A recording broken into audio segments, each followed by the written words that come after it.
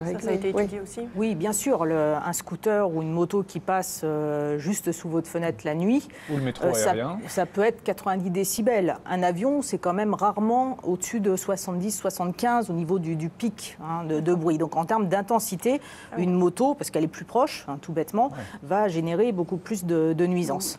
Il y a des... Bon, logiquement, voilà, la limitation, le contrôle des deux roues est possible.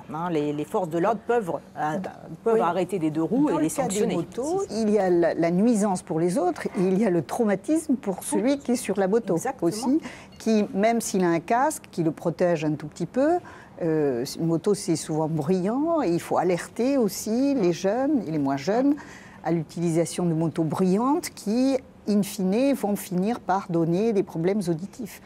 En sachant que, pour en parler un petit peu des problèmes auditifs, et notamment chez les jeunes, que vous pouvez très bien démarrer des problèmes auditifs avec un test auditif qui s'appelle l'audiogramme, qui est le test de base normal.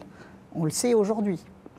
Parce qu'en infraclinique, en sous-clinique, les expositions au bruit, même de 2 heures extrêmement violentes, peuvent créer des atteintes, non pas de l'oreille interne et des cellules directement de l'oreille interne, mais de la connexion de la cellule avec le nerf, ce qu'on appelle la synapse, dont on sait aujourd'hui qu'elles sont abîmées à 50% lorsque vous êtes exposé plus de 2 heures à 100 dB. Vous voyez que c'est rien. Donc un concert dans une salle de spectacle... Sans protection, vous abîme déjà... en partie ces fameuses synapses. Du reste, quand vous interrogez les jeunes, moins jeunes, qui vont à des concerts et ils vous disent « Ah, mais c'était normal, j'avais des acouphènes le soir, mais le lendemain, ça passait. » Non, c'est pas normal. Ça, c'est pas normal. Mais et le mal est fait.